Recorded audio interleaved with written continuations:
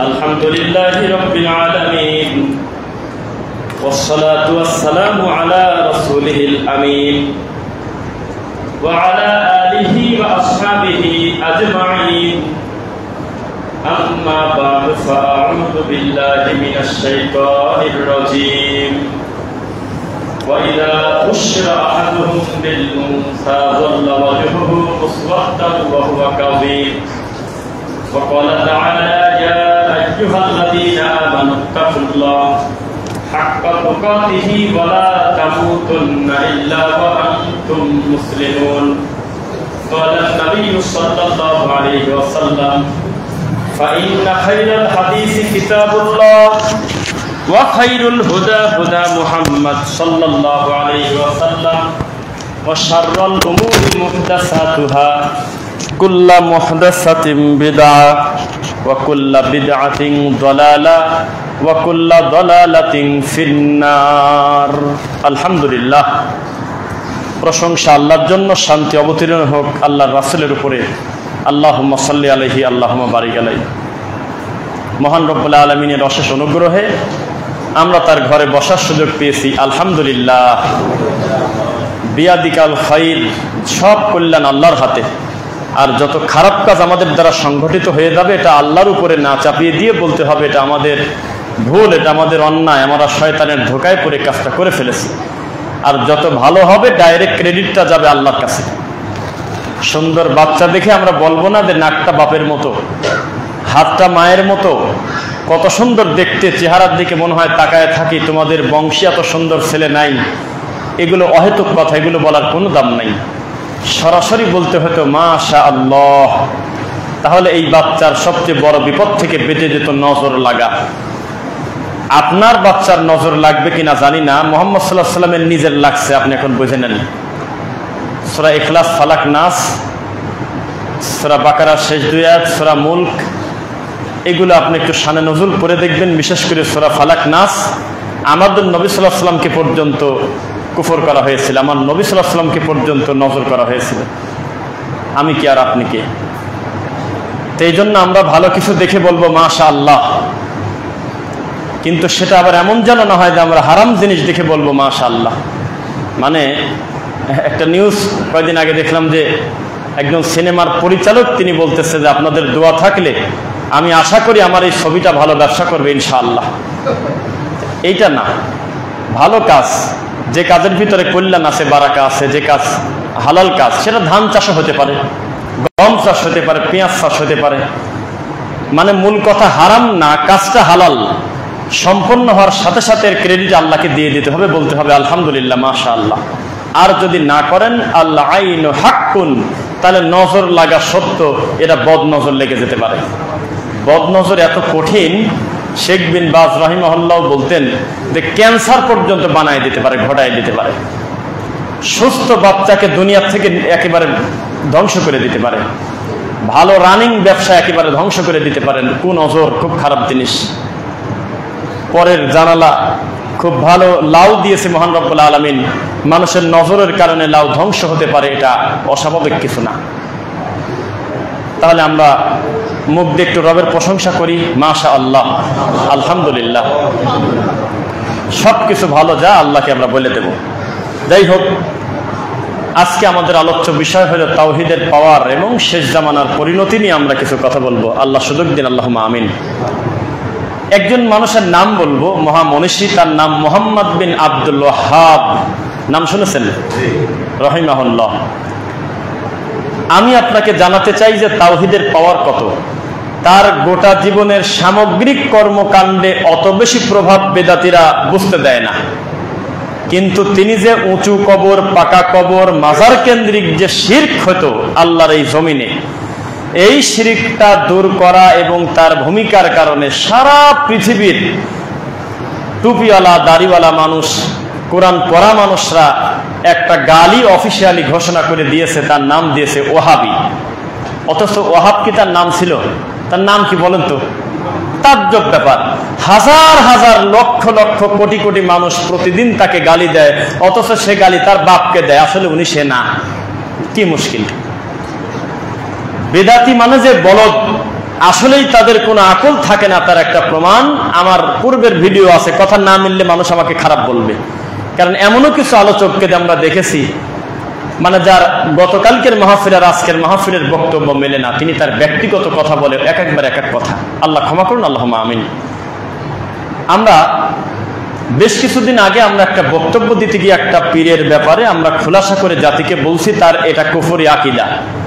তখন আমাদেরকে ফোন দেওয়া হয়েছিল পিরোজপুর থেকে, ফোন দিয়ে অকথ্য ভাষায় গালিগালাজ, যে তোর বিরুদ্ধে মামলা করতে আসছি, এ রফিক বিন সাইদ তোর বাপের নাম বল, আমি থানায় আছি বসে। এটা বলছে, আমাকে বলছে এই কথা। তখন আমি বললাম যে আপনি আমাকে সুযোগ দিলে আমি একটা কথা বলতাম। কি?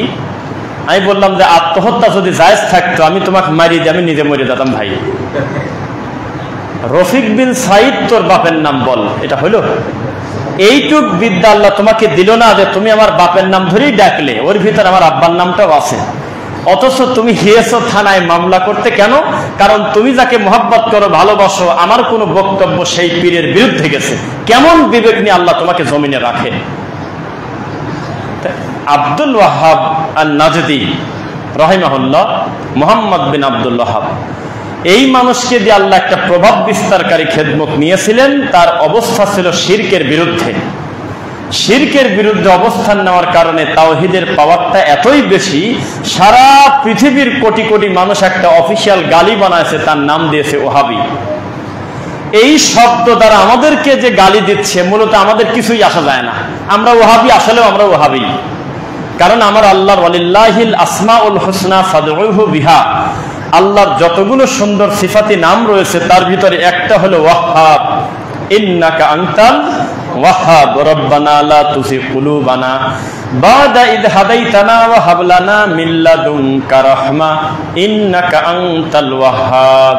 তাহলে ওরা আমাদেরকে গালি দিচ্ছে, আমরা সাদরে মেনে নিয়েছি। আসলে আল্লাহ ওয়াহাবি হিসেবে তুমি আমাদেরকে কবুল করো, বলেন আমিন। ওয়াহাবি মানে হলো আল্লাহওয়ালা। রহমান, রহমানি যদি বলে কেউ ডাকে, রহিমি বলে যদি কেউ ডাকে, তারপরে আব্দুল্লাহ বলে যদি কেউ ডাকে, এটা কি গালিগালাজের কিছু? আসলে আমরা আল্লাহর বান্দা। তা আমরা ওয়াহাবি হতে চাই, কিন্তু তারা তো ওই নিয়তে আসলে বলে না, তারা একটা গালির নিয়তে বলে। একই কথা আমাদের জন্য বরকত হবে যদি আল্লাহ কবুল করে সত্যি ওয়াহাবি হিসেবে, আর তারা আমাদেরকে গালি দেওয়ার কারণে তারা গুনাহগার হবে, কবিরা গুনাহগার। এটাই বাস্তব কথা। তো পৃথিবীতে যারা তাওহীদের খেদমত করে যাবে, শিরকের বিরুদ্ধে অবস্থান নেবে, হাজার হাজার দায়ীর খেদমতের ভিতরে তারটা মিশবে না, তারটা ব্যতিক্রম হবে। আর যদি পলিটিক্যাল ইসলাম প্রচার করেন, যেই ইসলাম রাজনৈতিক ইসলাম হিসেবে আপনি বুঝে নিয়েছেন, ওই ইসলাম প্রচার করলে ঠাকুরও আপনার প্রতি সন্তুষ্ট থাকবে, হুজুরও সন্তুষ্ট থাকবে। ওই ইসলাম মানে হলো মন্দির আর মসজিদের ভিতরে কোনো পার্থক্য থাকা যাবে না, হুবহু এক। যদি মসজিদ আর মন্দিরের একই সঙ্গে আগুন লাগে, তাহলে আপনার একজনকে পাঠাতে হবে মন্দিরে, আর একজনকে পাঠাতে হবে মসজিদে। যদি 1 সেকেন্ড দেরি করে যান মন্দিরে, তাহলে আপনি ওই গণতন্ত্র প্রতিষ্ঠিত করতে পারলেন না। আপনি বরং চেষ্টা করবেন মন্দিরে আগে যাওয়ার জন্য। এটা হলো পলিটিক্যাল ইসলামের কথা। আর মুহাম্মদ সাল্লাল্লাহু আলাইহি ওয়াসাল্লামের ইসলামের কথা কি? আমি আমার ঈমান বিসর্জন, আমি আমার তাওহীদ বিসর্জন দেব না। সারা পৃথিবীর সমস্ত শিরকের আস্তানা যদি করে ধ্বংস হয়ে যায়, আমি প্রকাশ্যে খুশি হয়ে তাকবীর দিতে পারবো কিনা আমি জানি না, তবে আমি এই ভালো কাজে আমি কোনো সময় মন খারাপ করব না। আমি শুকরিয়া আদায় করবো যে আল্লাহ তুমি শিরকের আস্তানাকে ধ্বংস করছো। কিভাবে, কার মাধ্যমে, সেটা আমরা জানি না, এটা জানি না। যেমন 5ই আগস্টের পরে সব কাজই ভালো হয়েছে, সব কাজই খারাপ হয়েছে, সেটা না। বহু ল্যাংটা ফকিরের মাজার, বহু জটের মাজার, বহু জঘন্য খারাপ মানুষের মাজার গড়িয়ে দেওয়া হয়েছে, হয়েছে কিনা? আমরা হয়তো অ্যানাউন্স দিতে পারবো না, এই ক্ষমতা আল্লাহ আমাদেরকে দেন নাই যে কে কোথায় আসো, চলো আমরা চলে যাই গোলাপের মাজার ভাঙবো, এটা আল্লাহ আমাদেরকে এই দায়িত্ব দেন নাই। কিন্তু কোনোভাবে যদি আমরা বুঝতে পারি, খবর পাই যে আল্লাহর এই জমিন থেকে একটা শিরকের আস্তানা মাটির সাথে মিশে গেল, একজন মুমিন হিসেবে কষ্ট পাওয়া ঠিক না, বলতে হবে আলহামদুলিল্লাহ। কারণ সেখানে প্রকাশ্যে আমার রবের সাথে শিরিক চলতো, ডাইরেক্ট আমার আল্লাহর সঙ্গে অংশীদারের কাজ হয়তো। এটা কি ভালো না খারাপ হয়েছে? ধ্বংস হয়ে। কে করেছে, কে করবে, এটা তা আল্লাহ আমাকে বলে দেয়নি, কিন্তু আমি খুশি হব, কারণ এই কাজটা ভালো ছিল না। কিন্তু নিজে হাতে আমি কোনো কারোর ইবাদত বন্দেগীর ঘর আমি আঘাত করব না, মন্দির হোক গির্জা হোক, আল্লাহ আমাকে এই ক্ষমতা দেন নাই, এই দায়িত্ব আমাকে দেওয়া হয়নি। তো যাই হোক, তাওহীদ হলো আমাদের সবার আগে। এখন একদল হুজুর বের হয়েছে, বাড়ি বাড়ি যাচ্ছে, দোকানে দোকানে যাচ্ছে, বলতেছে এখন আকীদাটাকে এগুলি বাদ দেন, এখন সবাই মিলে চলেন আমরা একটা বাক্স বানাই, আমাদের আর দ্বন্দ্ব করার টাইম নেই, আমরা আকীদাটাকে এগুলি বাদ। আস্তাগফিরুল্লাহ আযীম। আল্লাহর এই জমিনে সবচেয়ে বড় যুদ্ধ হলো আকীদার যুদ্ধ। কিসের যুদ্ধ? এর থেকে বড় যুদ্ধ আল্লাহর জমিনে হয়নি। আমি আপনাকে দায়িত্ব নিয়ে বলতেছি, আকীদার যুদ্ধ সবচেয়ে বড়। তাওহীদের ব্যাপারে মুখামুখি যদি শিরিক দাঁড়ায় আমি মেনে নিতে পারি। এখন বললেন যে আরে আপাতত কয়েকটা দিন মানিয়ে নাও, কিছুদিন পরে আমরা ঠিক করব না, আমি তা করবো না, এটা পারবো না কোনোদিন। এটা রাজবাড়িতে পারি নাই, গোয়ালন্দে পারি নাই, আমি এখানে পারবো কেন? বলা হলো ওয়াজ নসিহত সব ঠিক আছে, শুধু একটু মোনাজাত করে দেন, মানুষ সব খুশি হয়ে চলে যাবে, সরাসরি বাধা দেবে না, নিরীহ মুরব্বীরা বসে আছে। আমরা বললাম যে দুইটা কাজে আমরা করতে পারি। এক, মাইকে এই ঘোষণা আপনাকে দিতে হবে যে এইটা করলে কোনো পাপ হবে না। দুই, আপনাকে আরেকটা দায়িত্ব নিতে হবে যে আমি যদি এই বিদাতটা করি, আপনাকে প্রমাণ করতে হবে আমি তওবা করার টাইম পাবো, বিহাক্কে লা ইলাহা ইল্লাল্লাহ মুনাজাত শেষ করা হোক, এই পর্যন্ত আমার হায়াত থাকবে, এটা আপনাকে বলতে হবে। যদি না পারেন তাহলে আমি আল্লাহুম্মা আমিন বলে বেদাত শুরু করলাম, তখনই মালাকুল মউত আমার জানটা নিয়ে গেল। আমার জীবনের শেষ কর্ম হলো বেদাত। এত কষ্ট মেহনত করে জীবনটা ভর আমি তাওহীদের কাজ করলাম, বেদাতের বিরুদ্ধে সুন্নাহর পক্ষে, আর আমার জীবনের লাস্টের কামটা হলো বেদাত। এখন দায়িত্ব কে নেয়? তখন উনি আর ডানে বামে কিছু কথা বলতে না পেরে শেষ পর্যন্ত বলতেছে তাহলে বাদ দেন, দোয়া করে ফেলে দেন। তার মানে উনি জানে যে আসলে এটাই ঠিক, এটাই বাস্তব। আপনি মনে রাখবেন, একদিন সমাজ ঠিক হবে, একাই ধীরে ধীরে তো হচ্ছে। এই সব ঠান্ডা হুজুরের কারণে আমাদের ধ্বংস হয়ে যাচ্ছে তাওহীদ। এই সমস্ত ভণ্ড প্রতারকের কারণে আমাদের গোটা মানহাজ কলঙ্কিত হচ্ছে। যারা বলে আরে এত বলার দরকার নাই, আস্তে আস্তে একাই ঠিক হবে। একা কবে ঠিক হবে? এটা 2025 সাল। 4 জন মানুষ এক পরিবারে আত্মহত্যা করেছে ঋণের দায়ে। মরার পরে গ্রামবাসী মনে করলো যে তার যেহেতু মরে গেছে এক পাপ করে, এখন তাকে আমরা খুশি করব। 1200 জন লোক তার বাড়িতে কুলখানির খয়রাত খেলে, তার বাপ হলো রন করে 2 লাখ টাকা নিয়ে এসে গরু মারি খাওয়াচ্ছে। এই জাতি কবে ঠিক হবে? একা। আমি তো বলি যে জাতি হলো ল্যাংটা, এই ল্যাংটা জাতির বড় হুজুর হলো হাফ প্যান্ট পরে আছে। তা আপনি কবে ঠিক পাবেন আর কবে দাওয়াত দিবেন? আপনাকে বলতে হবে যে না, পরিস্থিতি যেমন থাকে থাকুক, আমি এমন শক্ত সিরিয়াস কথা বলবো, আমি হকের দাওয়াতটা এমন ভাবে কড়া ভাবে দেব যেন আমার মনে হচ্ছে যে আর কেউ দিক না দিক, আমি আমার কাজ করে দেই। আপনি বারবার বলতেছেন যে আমাদের সালাফি মানহাজের ভাইরা বাড়তেছে। কালকে আলোচনা হলো 2015-16 সালে হাতে গোনা কয়েকজন মিলে কিন্তু এই কুষ্টিয়াতে দাওয়াতি কাজ শুরু হয়। আজকে তার ফসল একাধিক মসজিদে আল্লাহর ঘরটা পূরণ হয়ে যাচ্ছে, আলহামদুলিল্লাহ। এটা আপনার কথা, আমরা 2 চোখ দিয়ে দেখতেছি, এটা আমরা খুশি। ওইদিকে আক্রোশী আবার গতবার বলছিল অন্যান্য বারের থেকে আমাদের এবার গরু আরো 200 বেশি আসছে। চরমনাই অফিসিয়াল ঘোষণা দিয়েছে যে আমরা প্রায় 100 বিঘার উপরে অতিরিক্ত জায়গা আমরা বাড়াইছি, নইলে মানুষকে জায়গা দিতে পারতেছি না। কি করবেন? কেউ কি বসে আছে? কেউ বসে আছে নাকি? তাহলে আপনি কার সাথে কি তুলনা করতেছেন? আমি আর আপনি এখন জুমার খুতবা দিচ্ছি, এই সময় কোথাও না কোথাও বাংলাদেশে একটা নতুন মাজার বানানোর পরিকল্পনা চলতেছে। কোন একটা নেশাখোর মরে গেছে, পিছনে ঝড় ছিল, তার রানিং মাজারের পরিকল্পনা চলতেছে। এখন হয়তো প্রতি মাসে আল্লাহর এই জমিনে শত শত মাজার স্থাপনা হচ্ছে, যেখানে মুসলমানকে মুশরিক বানায়। তো কেউ কি বসে আছে কাজ বাদ দিয়ে? তাহলে আপনারটা দুর্বল কেন? একটা লালনের অনুসারী, সে আত্মতৃপ্ত, সে নিজেকে খুশি মনে বলে যে আমি একজন লালনের ভক্ত। একচুলো বলতে তার কষ্ট লাগে না। তা আপনি নিজেকে সালাফি মানহাজের আহলে হাদিস বলতে লজ্জা কিসের? এত কিসের আপনার হীনমন্যতা? ভয়টা কিসের? লজ্জা কিসের? কেউ কি বসে আছে? কুষ্টিয়া লালন ফকিরের এবারের গাঁজার পরিবেশ অন্যান্য বারের থেকে আরো ভয়াবহ রূপ নিতে যাচ্ছিল, কিন্তু ডিস্ট্রিক্ট ম্যাজিস্ট্রেট যে কথা বললো তাতে কমার কথা। জানি না কি হবে ভাগ্যে। বিশাল বড় একটা গোল টেবিল, অনেক বড় বড় দায়িত্বশীল লোক, সাংবাদিকেরা বসে। একজন সাংবাদিক বলতেছে গাঁজাকে সরাসরি নিষেধ করার দরকার নেই, সাধু সন্ন্যাসীরা আসে, বিভিন্ন সাধকরা আসে বিভিন্ন জায়গা থেকে, আমার কাছে রেকর্ড আছে মোবাইলে। তো এইভাবে সরাসরি নিষেধ করেন না স্যার, স্যার একটু সুযোগ দেন, এটা বেশি দিন থাকে না, 3-4 দিন থাকে, একটু সুযোগ দেন। দেশ বিদেশ থেকে কিছু বৈরাগী আসে, একটু আনন্দ করে, তখন ডিস্ট্রিক্ট ম্যাজিস্ট্রেট বললে, আপনি কি বুঝতেছেন কার সামনে কি বলতেছেন? আপনি কি জানেন আমি আপনার বিরুদ্ধে লিগ্যাল অ্যাকশন নিতে পারি? আপনি নেশাদার দ্রব্যের পক্ষে কথা বলতেছেন, মাদকের পক্ষে মুখামুখি বলতেছেন, এরা বলা আপনার ঠিক? তো সাইড থেকে একজন বলতে, স্যার ওনাকে বার করে দেন। কয় না, উনি থাকুক, বের করে দেবো না, কিন্তু এটা উনি মারাত্মক একটা অন্যায় কথা বলছে। কিভাবে আমি গাঁজার পক্ষে আমি অবস্থান নিতে পারি? জানি না সে ডিস্ট্রিক্ট ম্যাজিস্ট্রেটকে।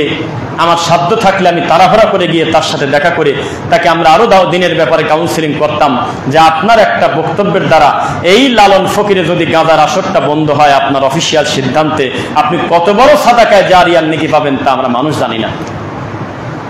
তারপরেও হয়তো নাও হতে পারে, কারণ 98 জন হয়তো গাঁজা চাচ্ছে, আর 2 জন হয়তো চাবে যে না গাঁজা উঠে যাক। কে কার কথা শোনে?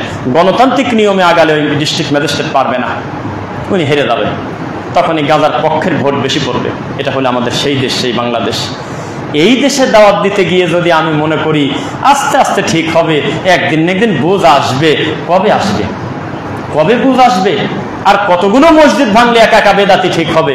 আর কতগুলো সালাফি আকীদা মানহাজের ভাইকে গালি দিলে একা একা ঠিক হবে?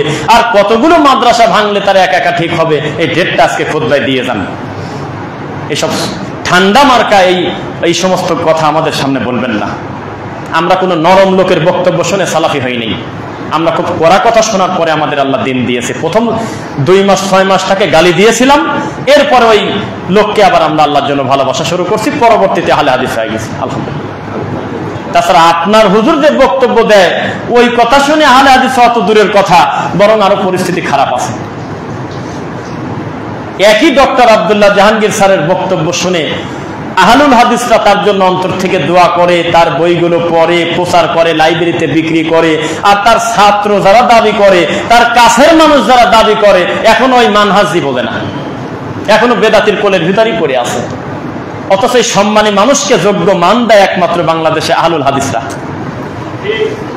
কারণ আমরা বারবার বলেছি, সত্যি যদি ডক্টর আব্দুল্লাহ জাহাঙ্গীর স্যারের প্রতি আপনাদের দরদ মায়া ভালোবাসা বেশি থাকে, সত্যি যদি তাকে অন্তর থেকে ভালোবাসেন, তাহলে তার ইয়াহিয়া আবু সুনান, হাদিসের নামে জালিয়াতি, আল ফিকহুল আকবর, এই সমস্ত বইটা রিডিং পড়ে পড়ে জুমার খুতবা দিয়ে দেন। দেখি চাকরির কিভাবে টেকে, দেখি কমিটি আপনাকে কিভাবে ঠিক রাখে, একটু বলেই দেন দেখি পারেন কিভাবে। পারবেন না, ওই বইগুলোর নাম নেয় না।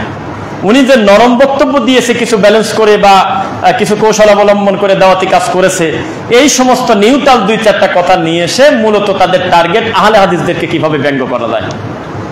সাবধান, যুগে যুগে সারাটা জীবন আল্লাহ তাওহীদ প্রেমী মানুষের অন্তরে তাদেরই জায়গা দিয়েছেন যারা সত্য বলতে কোনোদিন পিছু পা হয়নি। লা তালবিসুল হাক্কা বিল বাতিল ওয়া তাকতুমুল হাক্কা ওয়া আনতুম তা'লামুন।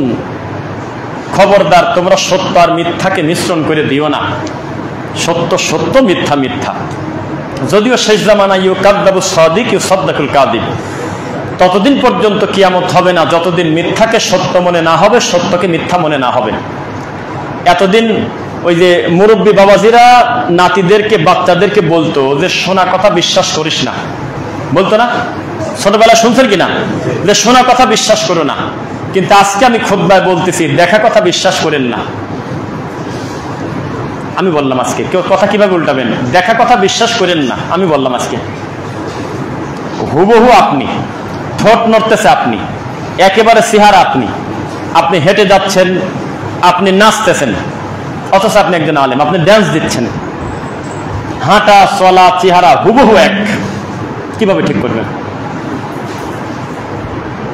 প্রথম যখন খুব কাছাকাছি সময় এআই এর চূড়ান্ত ভার্সন আসে, তখন আমরা একটা ভিডিও ক্লিপ আমার নিজেরও সামনে আসে, একটা হুজুর মানুষকে সতর্ক করতেছে, সাবধান, এআই কিন্তু একটা নেশা, এই নেশা থেকে আপনারা বেঁচে থাকেন, মানুষকে ধ্বংস করে দিচ্ছে, আপনারা এগুলো থেকে বেঁচে থাকেন।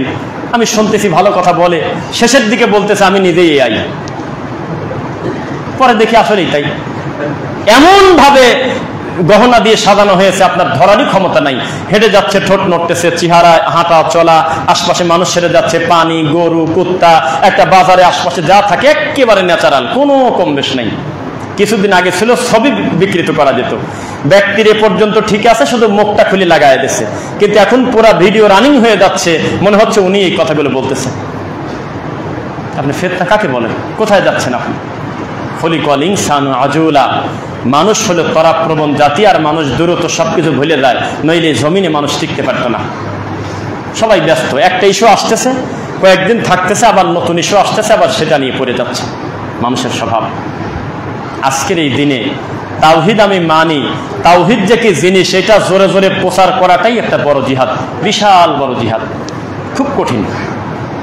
এবার আপনাকে বলি, আপনি কিছু কিছু জিনিস গোপন রাখার দরকার নেই, তাকান আমার দিকে, কিছু কিছু জিনিস গোপন রাখার দরকার নেই।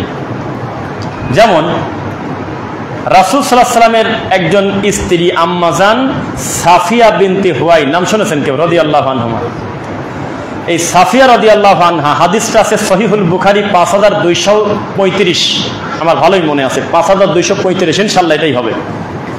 তিনি বলতেছে, আমার স্বামী মুহাম্মদ সাল্লাল্লাহু আলাইহি ওয়াসাল্লাম একদিন ইতিকাফে আছে, আমি তার কাছে গেলাম দেখা করার জন্য। তো দেখা করে যখন আমি আসব, তখন তিনি আমাকে আগায় দিতে আসতেছে। এটা কিন্তু স্বভাব, এটা কিন্তু নিয়ম। মেহমান আসলে বা যেই আসুক, তার গন্তব্যে যাওয়ার সময় একটু এগিয়ে যাবেন, মনে থাকবে। আর আপনি বললেন যে চাবিটা নিয়ে যান, গেট খুলে যাওয়ার সময় চাবি ওখানে রেখে দেন, এটা ভালো হলো না। তো বলতেছে যে আমরা স্বামী স্ত্রী দুইজন কাছাকাছি আসি বা একটু কথা বলতেছি, আমাকে আগায় দিবে। তো হঠাৎ করে দুইজন সাহাবী, আনসারী সাহাবী, তারা এসে বললেন, আসসালামু আলাইকুম ওয়া রাহমাতুল্লাহ ইয়া রাসূলুল্লাহ, আল্লাহর নবী আপনার প্রতি সালাম। রাসূল সাল্লাল্লাহু আলাইহি ওয়াসাল্লাম উত্তর দেওয়ার পর একটু অতিরিক্ত কথা বললেন যে দাঁড়াও, এইটা কিন্তু আমার স্ত্রী সাফিয়া। তখন তারা জিহ্বা বের করে বললেন, সুবহানাল্লাহ, আপনি বলেন কি? এই রাত্রিবেলা আপনার বউ ছাড়া কে থাকবে আপনার সাথে? আমাদের তো এত দুর্বল চিন্তা নাই ইয়া রাসূলুল্লাহ, আমরা তো জানি যে আল্লাহর নবীর সাথে যেহেতু মহিলা আছে, এটা অবশ্যই আমাদের আম্মা জান। সুবহানাল্লাহ, এটা আবার বলা লাগে আল্লাহর নবী। তাদের সুবহানাল্লাহ আর আমাদের সুবহানাল্লাহ কিন্তু পার্থক্য আছে। আমরা যদি আশ্চর্য কোনো কিছু দেখে বলি সুবহানাল্লাহ, একটা হাতের থেকে কিছু পড়ে গেল, ইন্না লিল্লাহ সুবহানাল্লাহ, অথবা আকস্মিক কোনো জিনিস হলো সুবহানাল্লাহ বললাম, তখন আপনাকে পাশে থেকে আবার গালি দেবে যে এত বড় ঘটনা ঘটে গেল, এই পাগল সুবহানাল্লাহ বলতেছে। অথচ সুবহানাল্লাহ বলা যাবে, পড়ে গেলেও সুবহানাল্লাহ বলা যায় আশ্চর্য কিছু ঘটে দিলে। মেরাজটা আশ্চর্য ঘটনা না? মেরাজের ঘটনা শুরুই হচ্ছে সুবহান দিয়ে, সুবহানাল্লাহ, এটা আশ্চর্য ব্যাপার। তো সাহাবায়ে কেরাম সুবহানাল্লাহ বলার মানে তারা আশ্চর্য হয়ে গেছে, আল্লাহর নবী আমরা তো জানি যে এটা আপনার স্ত্রী। তখন নবী সাল্লাল্লাহু আলাইহি ওয়াসাল্লাম একটা কথা বলছেন মুখ দিয়ে, আজকে সেটা অবহেলিত করে আমাদের কাছে। তিনি বললেন, আমি চাই না তোমাদের আর আমাদের মাঝখানে শয়তান জাগা নিক, আমি শয়তানের জন্য জায়গা রাখবো না। আমি কিছুই না বললে আমি জানি যে তোমাদের সুধারণা আছে যে এটা আমার স্ত্রী হবে, কিন্তু তুমি তো শিওর জানো না আসলেই সাফিয়া কিনা। এই জায়গায় তো শয়তান সুযোগ নেবে, সন্দেহ ঢোকায় দেবে। আমার ব্যাপারে তোমার একটা কুধারণা আসতে পারে, শয়তান কুমন্ত্রণা দিতে পারে, আমি রাস্তাই বন্ধ করে দিলাম। এই হিসাবে এতদিন যে লোকটা মাজার পূজা করত, এতদিন যে লোকটা নাস্তিক ছিল, এই লোকটার একটু ঘোষণা দিয়ে দেওয়াই ভালো যে ভাই আমি কিন্তু পথ থেকে ফিরে আসছি, আলহামদুলিল্লাহ, তোমরাও ফিরে আসো। এটা ক্লিয়ার করাটাই ভালো। একটা নেশাখোর নিয়মিত যে গাঁজা খেত, সে যদি জীবনের মতো তওবা করে আমি আর নেশাদার দ্রব্য খাবো না, তার পরিবার পরিজন আত্মীয়কে ক্লিয়ার করে দেওয়া উচিত। তারা ওটা নিয়ে বসে থাকবে যে চিনি কোথাকার হাজি, রাত্রি মনে হয় গাঁজা খায়, সবাই ঘুম আসে গেলে তখন না। আপনি জানায় দেন যে আমি আমার মৃত্যু পর্যন্ত জীবনে আমি নেশাদার দ্রব্য হাত দেব না, মামা আপনিও ছেড়ে দেন, কাকা আপনিও ছেড়ে দেন, এটা বলে দেন, খুব ভালো কাজ হবে। আপনার ব্যাপারটাও খোলাসা হলো, তারাও একটা সংশোধনের সুযোগ পাইল। এটা কি শিক্ষণীয় ঘটনা, বুঝলেন? মনে থাকবেন ইনশাআল্লাহ। কিছু জিনিস গোপন রাখা যাবে না, কিছু জিনিস ক্লিয়ার করাই ভালো। ফেনীতে ডক্টর ইমাম হোসেন হাফিজাহুল্লাহর মুখে শোনা, বেশ কিছুদিন আগে কিছু ভাই একটি প্রতিষ্ঠান করে, তারা আমাদের সালাফি মানহাজারি। তো তারা প্রথমে খোলাসা করে নিজেদেরকে পরিচিত করতে চায় নাই। তারা বলছে কি যে আমরা আস্তে আস্তে একটা পর্যায়ে গিয়ে বলবো। তো বলছে সভাপতি আমাদের ভিতরে থাক, আর সেক্রেটারি বা কেশিয়ার বা একটা ভালো পদ আমরা মাযহাবী ভাইকে একজনকে দিয়ে রাখি, তাহলে ওরাও খুশি থাকলে আমরাও খুশি, তাহলে আমাদের আর বিরোধিতাও করতে পারলেন। এভাবে আমরা দাওয়াতি কাজ করি। তা আমাদের দিক থেকে আমরা অনেক বড় একটা উদার মনের পরিচয় দিলাম যে আমি আমার ভাইকে একটা পদ দিলাম, ভিন্ন তরিকার হলেও তিনি আমার সাথে মিশে কাজ করুক। তা আমি যার প্রতি সদয় হলাম, ও কি আমার পর সদয়? ও আবার করছে কি, দেখলো যে আমার জন্য এত উপকার করলে আমি ওদের জন্য একটু উপকার করি। সে আবার দল পাকা এমন একটা পরিস্থিতি করলো, লাস্টে পিটায় ওদেরকেই বার করে দি, মোট এখন তাদের দখলে। তা আপনাকে আল্লাহ এই উদার হতে বলে নাই। এইরকম উদার হওয়ার জন্য আল্লাহর নবীর কাছে কাবা ঘরের চত্বরে আল্লাহর কসম আবু জাহেলের রানিং প্রস্তাবে উবাই চলে আসছে মুহাম্মদ সাল্লাল্লাহু আলাইহি ওয়াসাল্লামের কাছে প্রস্তাব নিয়ে, যে মুহাম্মদ সাল্লাল্লাহু আলাইহি ওয়াসাল্লাম, ইয়া মুহাম্মদ হালুম্মা ফালনাবুদ মা তাবুদ ওয়া তাবুদ মা নাবুদ, আসো আমরা আল্লাহর ভগবানকে মিশায় ফেলাই, তুমি আর আমি চলো মিশে যাই, আল্লাহকে আমরা দুই ভাগ করে ফেলি। সারা দিন বা গরমের সিজনে আল্লাহ আল্লাহ, আর শীতের সিজনে ভগবান ভগবান। বা মসজিদে ঢুকে গেলে তোমার আল্লাহর ইবাদত করতে আমাদের ভিতরে কোনো কষ্ট নাই, তবে তুমি আমাদের দেবতার সামনে গিয়ে, আপনার লাত মানাত উদ্দার সামনে গিয়ে তুমি আবার মন খারাপ করবে না, ওখানে তুমি তোমার মন মতো কিছু বলে দাও। নবী সাল্লাল্লাহু আলাইহি ওয়াসাল্লাম কি মানছিল প্রস্তাব? তিনি বলছেন, না, এই কাজ আমি করবো না, আমি আমার তাওহীদ আমি শিরকের সাথে মিশতে দেব না, আমি তা করবো না। যদিও প্রথমে কিছু বলে নাই, প্রথমে সূরা হামিম সাজদার আয়াতগুলো পড়তেছিল, একটা পর্যায়ে মুখ আটকে ধরে ফেলছে যে তুমি আর পড়ো না, তুমি কি তোমার বাপ দাদার বংশের লোকের মারিয়ে দিতে চাও? ওরা জানে যে মুহাম্মদ সাল্লাল্লাহু আলাইহি ওয়াসাল্লাম যদি আল্লাহকে কিছু বলে তাহলে আল্লাহ শুনে ফেলবে, এই জন্য ভয়তে মুখ আটকে ধরে ফেলছিল। তো কাজ না হওয়ার পরে আবার আবু জেহেল নিজে আসছে যে আমি আর লোক পাঠায় কাজ হলো না, আমি নিজেই যাই। যা দেখে আল্লাহর নবী কাবা ঘরের তওয়াফ করতেছে রানিং। তখন বললো, একজন মুমিনের জন্য দুনিয়ার সবচেয়ে ভালো কাজের একটা আল্লাহর কাবা ঘর তাওয়াফ করা, এখন মনটা নরম আছে, এখন গিয়ে প্রস্তাবটা দেই। তিনি তখন গণতান্ত্রিক প্রস্তাব দিলেন। আমাদের এই পলিটিক্যাল হুজুররা যে প্রস্তাব দেয়, একটা হুজুর নাম বলেন না, সে বারবার বলে, মাঝে মধ্যে বলে যে আমাদের কাছে ধর্ম বর্ণ এগুলো কোনো বড় ব্যাপার না, আমাদের কাছে মানবতা হলো বড়। বলে নাই মনে হয়? অথচ এই কথাটা কিন্তু নাস্তিকের কথা। আল্লাহর কসম এই কথাটাই, স্লোগানটা শুনতে ভালো লাগলে এটা নাস্তিকরা বলে যে আমাদের কাছে ধর্ম কর্ম কিছু না, আমাদের কাছে আগে মানবতা। এটা এমন একটা লোক বলছে যে এটা ইসলামী দলের প্রধান। আমি কম দুঃখে বলি যে এর থেকে শরম লজ্জার হায়ার কিছু আর আছে? আপনি বলে দেন যে আমার কাছে ইসলাম আগে, এই জিনিস ঠিক রাখতে গিয়ে বাকি ঠাকুর টেকে টেকুক না টেকে নাই, আমার কাছে আমার দিন আগে, আমার তাওহীদ আগে, আমার ইসলাম আগে, বাদ বাকি আমার কিছু আগে না। অথচ এই কথাটা মুখ দিয়ে বলবে না, কারণ এইটা খোলাসা করে বলে দিলে ভিন্ন ধর্মের ভাই ভোট দেবে না, এটা খুব স্বাভাবিক কথা। তাকে বলতে হবে যে তুমি আমাকে ঠাকুর বলো আর হুজুর বলো, মাল আমি একই, তাছাড়া সে লোক আশ্বস্ত হবে না। নাউযুবিল্লাহি মিন যালিক। ভিতরটা ছিঁড়ে যায়, ভিতরটা ছিঁড়ে যায়। দুঃখ নিয়ে বলতেছি, 5ই আগস্টের আগের আহলে হাদিস আর 5ই আগস্টের পরের আহলে হাদিস এখন আর মেলে না।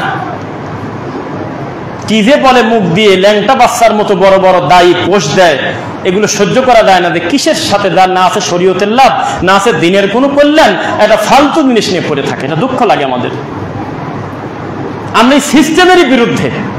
তাহলে আপনি কাকে বড় করে কাকে ছোট করতে চাচ্ছেন? দরকারটা কি?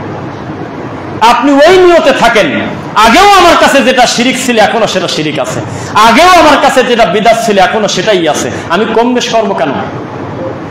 কিন্তু অনেকের কাছে তা নাই। কিছু লোক তো আফসোস করে দেখলাম অনলাইনে বলে যে সুদের পাপটা এখন অনেকটা হালকা হয়ে গেছে, এখন অনেকটা স্বাভাবিক হয়ে গেছে, এখন আর ওই পর্দার পাপ নাই। লা তাত্তাখিযুল ইয়াহুদা ওয়ান নাসারা আউলিয়া বাদুহুম আউলিয়াউ বাদ। খবরদার, ইহুদি খ্রিস্টানকে বন্ধুর উপর গ্রহণ করো না, তারা নিজেরা নিজেদের বন্ধু ভাই, তারা তোমার জানি শত্রু, তারা তোমার দিনী শত্রু, তারা তোমার মানি শত্রু। আপনি অস্বীকার করলে আমার কিছুই আসা যায় না, মূলত আপনি ইহুদি খ্রিস্টানের পক্ষের লোক। ইহুদি খ্রিস্টানকে কোলে করে যারা নাচায়, ইহুদি খ্রিস্টানের যারা এজেন্ডা বাস্তবায়ন করতে চায়, মূলত আপনি তাদেরকে ভালোবাসেন। তা কি হলে তাহলে বলেন? তাহলে কিভাবে সফলতা পাবো? ইহুদি খ্রিস্টান কারা জানেন? যারা মুহাম্মদ সাল্লাল্লাহু আলাইহি ওয়াসাল্লামকে বলছিল যে ওয়াকালু লা ইয়াদখুলাল জান্নাতা ইল্লা মান কানা হুদান আও নাসারা, হে মুহাম্মদ সাল্লাল্লাহু আলাইহি ওয়াসাল্লাম, তুমি তোমার আল্লাহকে বলে দিও তার কষ্টে তৈরি করার জান্নাতে শুধু আমরা 2 গ্রুপ ঢুকবো, পারলে যেন ঠেকায়, আমরা ইহুদি আর খ্রিস্টান, আর কেউ ঢুকতে পারবে না। এত বড় দাজ্জাল, এত বড় জালেম, এই প্রকাশ্য শরীয়তের শত্রু, দিনের শত্রু, ইসলামের শত্রু, তাদেরকে আমরা বন্ধুরূপে গ্রহণ করে নেই, বন্ধুরূপে তো মেনেই নিছি। আপনি বুঝতে পারলেন না। ইহুদি খ্রিস্টান যদি কোনো এক জায়গায় নজর দেয় আর টার্গেটে ফেলে 100 বছর পরে হলেও সেইটা পেটের ভিতরে ঢোকাই ছাড়বে, কোনোদিন ঠেকাতে পারবে না। আর আমরা তো একটা অনুভূতিহীন একটা জাতি, আমাদের কোনো ফিলিংস নেই, আমাদের কোনো অনুভূতি নেই। আমাদের নিজের বাড়ি ডুবার আগ পর্যন্ত আমরা প্রতিবেশীর বাড়ি ডুবে গেল এই চিন্তা আমাদের নেই। আমার বাড়িতে এখনো ডুবে নেই সরাসরি, এই চিন্তা হলে আমাদের, আমরা একটা অকৃতজ্ঞ জাতি। আমরা হলো সেই জাতি, যেই জাতি প্রকাশ্যে দেখতেছি চোখের সামনে একটা গাঁজাখোর একটা সাধারণ একটা বেলেট দিয়ে মানুষের গায়ে আব্দুল্লাহপুর ব্রিজের উপরে একটু করে টান দেয় আর মোবাইল কাড়ি নিয়ে নিয়ে চলে যাচ্ছে। পানির বোতল দিয়ে 10 জন যদি একটু ঢেল দেয় উল্টে পড়ে যাবে, কারোর ঠেকা নাই, কারোর কিছু আসা যায় না। টাঙ্গাইল গোপালপুর রাস্তায় গাড়ি যাওয়ার কথা সিরাজগঞ্জ দিয়ে একেবারে ঢাকায় বাম দিক থেকে ঢুকায় দিল, পিছনের সিটে একটা রানিং একটা মহিলাকে ধর্ষণ করতেছে 4 জন গাঁজাখোর, গাড়িতে আরো 48টা সিট এখনো মানুষ ভর্তি, কারোর পিছনে তাকায় দেখার সুযোগ নেই পিছনে হচ্ছেটা কি। এটা আমরা হলে সেই জাতি। এই জাতি একা একা কবে ভালো হবে আপনি ডেট দেন, আমি একটু শুনি। এই জাতি একা একা কবে সংশোধন হবে এই জাতির, সেটা আপনি বলেন। পাশাপাশি 2টা বাস যদি কোনো এক জায়গায় দাঁড়ায় থাকে তাহলে এই অসভ্য জাতি মনে করে তাহলে এর নিচে আমার পেশাব করতে হবে, এটা পেশাবখানা। এটা হলে সেই জাতি, না আছে তুহুর, না আছে সুজুদ, না আছে রুকু, না আছে ঈমান, কিচ্ছু নেই। এই জাতি একা একা ঠিক হবে কবে? অসভ্য জাতি আমরা, এটা আপনাকে মানতে হবে। দিনের ব্যাপারে যাদের দ্বারা কল্যাণ হয়েছে তাদেরকেও দেখতে পারি না, আবার দুনিয়ার ব্যাপারে যাদের দ্বারা কল্যাণ হয়েছে তাদেরও দেখতে পারি না। তো কিভাবে ঠিক হবে? তাহলে বুঝতে হবে সারা পৃথিবী ল্যাংটা, তাকে ঢাকার আগে আমি কুলঙ্গ মানুষ, আমাকে নিজেকে নিজে ঢাকাটা বেশি জরুরি। এত ভয় পাচ্ছেন কেন? গোটা জাতির টেনশন আগে নিতে যাচ্ছেন কেন? আপনি খালি মুখ দিয়ে বলেন আমি জীবনে কোনোদিন আমি শিরক করবো না, অন্তত এই কথা তো বলতে পারতেন।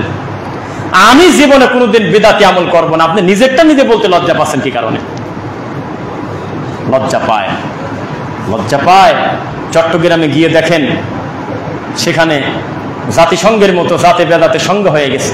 কে সুন্নি, কে আপনার ওই অমুক গ্রুপ, একাকার হয়ে মিলাদ পড়তেছে।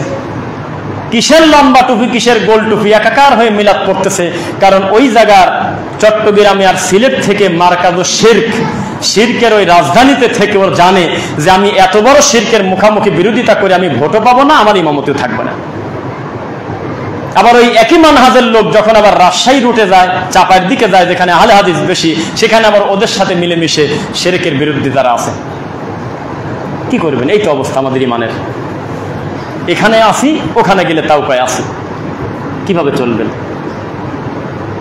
দায়িত্বহীন কর্ম করা যাবে না। সুম্মা রাদাদনাহু আসফালা সাফিলিন, কেবল যাকে 3-4টা কসম করে কেবল বড় করলো, কেবল বলেই নাই, কেবলই শেষ হলো বলা লাকাদ খালাকনাল ইনসানা ফি আহসানি তাকওয়িম, তোমাকে আমি সুন্দর অবয়ব দিয়ে উত্তম করে আমি সৃষ্টি করছি। তবে আশরাফুল মাখলুকাত বলাটা আপত্তিকর, সবচাইতে দামি সৃষ্টি এটা আপনার বলা উচিত না, এটা বলতে যাবেন না কখনো। কেবল 4টা কসম করলো, 3-এর, জয়তুনের, তুর পাহাড়ের, পবিত্র নগরীর। 4টা না? আবার বলি 3, তারপর কি জয়তুন, তারপর কি তুর পাহাড়, তারপর কি পবিত্র নগরী। 4টা কসম করা শেষ হওয়ার সাথে সাথে বলতেছে তোমাকে আমি উত্তম করে বানাইছি।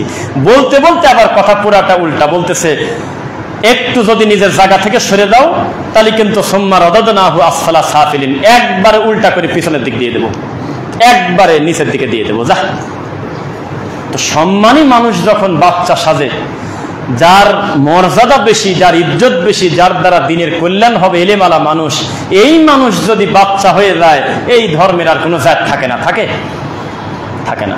তো মনে রাখবেন, ইসলাম কোনো ব্রাহ্মণকে দিয়ে এত বড় ক্ষতি আমাদের দেশে হবে না।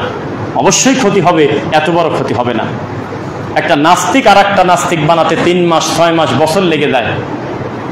মরা পর্যন্ত চেষ্টা করে তাসলিমা নাসরিন, কয়টা তাসলিমা নাসরিন বানাতে পারছে আপনি নাম বলেন, আমি শুনবো। এত বড় একটা অমানুষ, এত বড় একটা পশু, অথচ তার মতো পশু কিন্তু সে 50টাও বানাতে পারে নাই কোনো মহিলাকে, যারা ওপেনে বলতেছে তার মতো গালিগালাজ আল্লাহকে নিয়ে, নবীকে নিয়ে বলতে পারতেছে। কিন্তু একটা হুজুর, একটা টুপিওয়ালা, একটা মসজিদের ইমাম, একটা খুতবাই যথেষ্ট শত শত মানুষকে জাহান্নামের দিকে নিয়ে যাওয়ার। তাহলে ক্ষতি কি তাসলিমার থেকে বেশি হচ্ছে না হুজুরের থেকে বেশি হচ্ছে? এই কথাটাই আমরা বলি, এটাই আপনারা মানতে পারেন না, আপনারা পার্থক্যই খুঁজে পান না। কয়েকদিন না হয় হুজুর তো হুজুরই, নাম বলবো না, একটা বড় আলেম, শুধু বড় আলেম না, তাকে বলবেন যে এ করা, এই ই করার উপরে 2 ঘন্টা লেকচার দেন, হাদিস দিয়ে দিতে পারবে। তাকে বলেন যে তাতাফাক্কারুন, এইটার উপরে 6 ঘন্টা লেকচার দেন, দিতে পারবে, এলেম পেট ভরা। সেই লোক কি মনে করে বলতেছে সেদিন একটা বক্তব্যে যে আলেম কোনো খারাপ ভালো নাই, সব একই। কিভাবে? কয় যে নদী যতই খারাপ হোক, গন্ধ হোক, পচা হোক, বুড়িগঙ্গার পানিও পানি, পদ্মার পানিও পানি, এটা বলতেছে। সব হুজুরি বলে ভালো, কোনো কিছু বলা যাবে না। এই বিশ্বাস, এই গতিতে যদি ইসলাম চলে, দিন চলে, এই দিনের কোনো জাত থাকবে? সর্ষের তেল, পেট্রোল, পাম অয়েল, ডিজেল, নারকেল, kerosene, olive oil, NCT oil, আরো কত কিছু মিশায় আপনারা প্যাকেট করে দিলেন।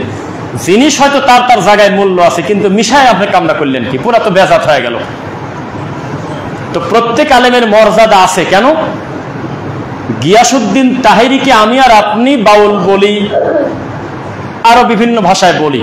এই একই মানুষ যখন সিলেট রুটে, চট্টগ্রাম রুটে, বিবারিয়ার রুটে, আমাদের পাবনার কিছু অংশে, রাজবাড়িতে, ফরিদপুরের একটা অংশে যখন সে ঢুকবে, তখন সে যে মর্যাদা পাবে, আল্লাহ নবী সাল্লাল্লাহু আলাইহি ওয়াসাল্লামকে এই মর্যাদা সেই মানুষগুলো তা দেয় না। গোত্রভেদে তাদের মর্যাদা আছে, তো তাদের বিশাল সম্মান আছে, আমরা অস্বীকার করি না। কিন্তু এর সাথে যখন তাওহীদপন্থী মানুষ বলবে ও আর আমি এক, তখন ধর্মের জাত গেল। এ ধর্মের জাত নেই, আপনাকে পার্থক্য করতেই হবে। আজকে আমি একেবারে গ্রামারের মতো ভাঙে ভাঙে দেই, আমাকে উত্তর দিবেন আপনারা শুধু ওইটুকু, যেটুকু বলবো সেটুকু বলেন। তো লা ইলাহা ইল্লাল্লাহ, এটার ভিতরে নেগেটিভ আগে না পজিটিভ আগে? ফামান ইয়াকফুর বিত-তাগুতি ওয়া ইউমিন বিল্লাহ, এটার মানে হলো তাই। আগে যদি নেগেটিভ না বলেন, তাহলে তো পজিটিভে ঢুকতে পারবেন না। আমাদের সবচেয়ে বড় দাওয়াতি কাজে বাধা তারা, যারা আমাদের বক্তব্যে মঞ্চে ওঠার আগে মাথায় হাত দিয়ে, আদর করে, কপালে চুমা দিয়ে, বুকে টানি নিয়ে বলে একটু দেখে শুনে বলা উচিত। যাই হোক, এখন সবার এক হওয়া লাগবে, এখন আর অত সিরিয়াস না বলে আস্তে আস্তে একটু স্বাভাবিক করে এটা সার্বজনীন ওয়াজ মেরে দেন। বাপমার হক, রব্বির হামহুমা কামাটা একটু বলে দিলেন, কবরের শাস্তির কথা বলে দিলেন, জাহান্নামের 2-4টা আয়াত বলে দিলেন, তাহলে মানুষের ভালো হবে। এরা হলো ধর্মের সবচেয়ে বড় শত্রু। কারণ এই সুন্দর কথার আড়ালে ও ভয়াবহ একটা চাপে আছে। কারণ ও জানে যে এই হুজুর এসে যদি শিরক আর বিদআতের বিরুদ্ধে কিছু বলে দেয় 1 ঘন্টা, তাহলে 364 দিন আমার মুসল্লির কাছে আমার বিপদের শেষ নেই। খালি আমার প্রশ্ন করবে আমি কি যন্ত্রণায় পড়ব, তখন এসে আমাদের খুব ভালোবাসে। এটা করা যাবে না, এটা নিষেধ। ভালোকে ভালোই বলবেন, বরং যেই এলাকায় গিয়ে খবর পাবেন এই এলাকায় মাজার বেশি, তাহলে ওই মাজার কেন্দ্রিক শিরকের বিরুদ্ধে একজন আলেম হিসেবে আপনার বেশি বক্তব্য দেওয়া উচিত। যেখানেই দেখবেন যে শুধু আহলে হাদিস, এখানে হয়তো শিরক বিদআত একেবারে নাই বললেই চলে, সেখানে আপনি হিংসা নিয়ে বলেন, পরস্পর মহব্বতের ব্যাপারে বলেন, ভাই ভাই করণীয়র ব্যাপারে বলেন, তখন দেখবেন যে প্রত্যেক ভাইয়েরা মনে করতেছে আমাকে দেখে দেখেই মনে হয় বলতেছে। কারণ গীবত, হিংসা তো আমাদের জন্য বৈধ, নাকি বলেন? বানায় নিছে না বৈধ আমরা? আপনি গুগলে লিখবেন আজকে খুতবার পরে, বা ChatGPT কে লিখবেন যে কুকুর কুকুরের মাংস খায় কিনা, একটা প্রশ্নবোধক চিহ্ন দিবেন, দেখেন কি উত্তর দেয়। কিন্তু আমরা আহলে হাদিস, আমি আমার আর এক ভাইয়ের গোস্ত খাই, এটা যদি দায়িত্ব নিয়ে যদি প্রমাণ করতে না পারি, তাহলে আপনি আমাকে গালিগালাজ যা করেন করেন। কোন জীবিত আলেম সম্মান নিয়ে মরতে পারবে না এই বাংলাদেশে, যত বড় আহলে হাদিস আলেম হোক, পারবে না। কোন সম্মানী শায়েখ, মাদানি, ডক্টর, যে আলেম বলেন, ইজ্জতের সাথে সম্মান নিয়ে তার গোত্রের কাছে মরতে পারবে না। এমন একটা জাতি আমরা, অসভ্য। বাংলাদেশে সিনিয়র সবচাইতে বড় বিদ্বানদের ভিতরে প্রথম শ্রেণী যারা আছে, প্রত্যেককে গালিগালাজ যারা করে, তারা হলো ল্যাংটা বাচ্চা। 20 বছর 25 বছরের ছেলে একজন মাদানি, একজন বড় ডক্টরের গায়ে লাল চিহ্ন দিয়ে পোস্ট দিয়ে দিচ্ছে। এই তো অবস্থা। এইখানে আপনার মান সম্মানের খোঁজার চিন্তা করার দরকার নেই, এখানে কোনো ইজ্জত থাকা যাবে না, কোনোভাবেই সুযোগ নেই। একজন বড় শায়েখ আর এক বড় শায়েখ সম্পর্কে মন্তব্য করতেছে, একজন এসে বলতেছে যে দোয়া করবেন আপনি, যাই হোক একটা খুতবা চাই, আপনার একটা খুতবা দেন। কথাগুলো হচ্ছে শায়েখ আকরামুজ্জামান বিন আব্দুল সালাম মাদানী হাফিজাহুল্লাহর সম্মেলনে, যে যার মতো ধারাবাহিকভাবে যাওয়ার আগে আমি খুব দুঃখী হয়ে বলতেছি, যাতে আপনার ভিতরে লজ্জা আসে। সিরিয়ালে সবাই যাবে যার যার সময়। তো তো একজন এসে বলতেছে, ওস্তাদ আপনি আগামী 2 মাসের ভিতরে কি একটা খুতবা দিতে পারবেন? সেখানে আমাদের শায়েখ ডক্টর অমুক আসতেছে, নাম বললাম না, অমুক আসবে 3 নাম্বার খুতবায়, যদি আপনি এই মাসের শেষে অথবা ওই মাসের প্রথমে একটা ডেট দিতে পারতেন শায়েখ। তখন শায়েখ জবাব দিচ্ছে, তুমি এদেরকে খুতবায় দাওয়াত দিছো কেন? এদের গায়ে থেকে তো এখনো খারেজির গন্ধ যায়নি। সেই দিন আমি বুঝে গেছি যে এই ডিপার্টমেন্টে, এই মানহাজের থেকে আল্লাহর কাছে আমলের সলের কারণে, আকীদা মানহাজের কারণে আল্লাহ হয়তো আমাদেরকে ক্ষমা করতে পারেন ইনশাআল্লাহ, সঠিক আকীদার কারণে। কিন্তু এই জায়গায় থেকে এদের কাছ থেকে মান সম্মানের আশা জীবনের মতো শেষ করা লাগবে। ইজ্জত আছে, ইজ্জত দেবে এরা, এই চিন্তা করে জীবনে দাওয়াতি কাজ করা। মান সম্মান নাই, শেষ ল্যাংটা। এই ডিপার্টমেন্টে নাই। আমাদের কাছে গোশত খাওয়া জায়েজ। প্রত্যেকটা দিন আমাদের এই সালাফি মানহাজের অধিকাংশ ভাইয়েরা নতুন নতুন ইস্যু খোঁজে, আজকে আমি কার পেছনে লাগবো। সকালে উঠে ফেসবুকে নতুন ট্রেন্ড কি আছে, কোন শায়েকের আজকে থেকে 10 বছর আগে একটা মুনাজাতের ছবি পাওয়া যায়, আজকে থেকে 15 বছর আগে কোন একজন শায়েকের কোন একটা ভুল পাওয়া যায় কিভাবে, এটা খুঁজতেছে খালি সিরিয়ালে। আর যদি না পায় তাহলে তার মনটা খারাপ হয়, আজকে কোনো ইস্যুই পেলাম না। খুব ভালো দিকে আমরা যাচ্ছি না, খুব খারাপ দিকে আমরা আগাচ্ছি। মনে রাখবেন, আমরা খুব খারাপ দিকে আগাচ্ছি। আমরা একটা সিন্ডিকেটে পড়ে গেছি। আপনি শায়েকের অনুমতি নিয়ে, হুজুরের অনুমতি নিয়ে আপনি আর একজন শায়েককে মর্যাদা দিতে পারবেন না, কারণ তার দৃষ্টিতে শুধু তার সিন্ডিকেটের 10-15 জন লোকের বাইরে আর কারণ নামই নেয় না, পারলে আরো গালিগালাজ করে। খুব খারাপ দিকে যাচ্ছি আমরা। আমাদের সামনের অবস্থা খুব ভালো দিকে যাচ্ছি না। জীবনে কোনোদিন আমরা অস্বীকার করব না, আহলুল হাদিসের আকীদা মানহাজ যেরকম বিশুদ্ধ, পৃথিবীতে আর কোনো মানহাজ এরকম হতে পারে না। তাদের আমল যত বিশুদ্ধ, আর কোনো মানহাজে তো দূরের কথা, পৃথিবীতে আর এত শুদ্ধ আমল নাই, মানি, স্বীকার করি। কিন্তু আমি বলতেছি বাংলাদেশের কথা, আমি বলতেছি আমার আর আপনার আচরণগত কথা। ইমাম নাসিরউদ্দিন আলবানী রাহিমাহুল্লাহ বললে, শেষ সময় বলে গেছেন মৃত্যুর আগে, আমি মনে করছিলাম শুধু আকীদা মানহাজ আমল বিশুদ্ধ হলেই হয়, কিন্তু শেষের দিকে দেখতেছি আমাদের আচরণের পরিস্থিতি খুব খারাপ, আখলাক অবস্থা খুবই খারাপ। সংশোধন হবেন তো ইনশাল্লাহ। ভালোবাসতে শেখেন। এরকম সোনার মানুষ আপনি কার কাছে কোথায় খুঁজে পাবেন যে আপনার মন মতো ভালো হতে হবে? দেখেন, ডক্টর আব্দুল্লাহ জাহাঙ্গীর স্যার বললো যে আমি ভালো না, এটা কার কাছে ভালো না? আপনার কাছে না আল্লাহর কাছে? যদি আল্লাহর কাছে ভালো না হয় তা আপনি বুঝবেন কিভাবে? তাহলে আপনার কাছে। তা আপনার কাছে ভালো না হওয়াটা ওই ব্যক্তি খারাপ, এইটা কিভাবে প্রমাণ করে? কথাগুলির টার্গেট বুঝেছেন? কথা কি গুরুত্ব নেই কথাগুলো বলতেন কেন? এই মানুষটার নাম বারবার নেই বক্তব্যে। উনি বলতেছে আমি আপনার কাছে খারাপ, মানে আপনি একজন মাখলুক, আমি একজন মাখলুক। তো এইটার দ্বারা কিভাবে প্রমাণ হয় যে আমি একজন বড় অন্যায়কারী? আপনি যেটাকে অন্যায় মনে করতেছেন, আমি তো বহু আগে আল্লাহর কাছে ক্ষমাও নিতে পারি কান্না করে, কিন্তু আপনার কাছে ক্ষমা হচ্ছে না। জমিনের অবস্থা খুবই খারাপ। নতুন নতুন মানুষ দিন বোঝার পরে দিনে আসবে, সেই লোকটা গুলির আমরা গলা চাপ দিয়ে দরজা আটকা রাখছি যে তুমি আসো না। আমাদের মধ্যে আবার দেখি সিন্ডিকেট, তা তুমি জানো না। কি পরিস্থিতি, কি কঠিন! প্রত্যেকটা জায়গায় কাহিনী। প্রতিষ্ঠান নিয়ে দ্বন্দ্ব, মাহফিল নিয়ে দ্বন্দ্ব। আহলে হাদিস আলেমের নাম কাটার জন্য ও মাহফিলেই যাচ্ছে না। তাহলে এই প্রতিবন্ধী কি বলবেন?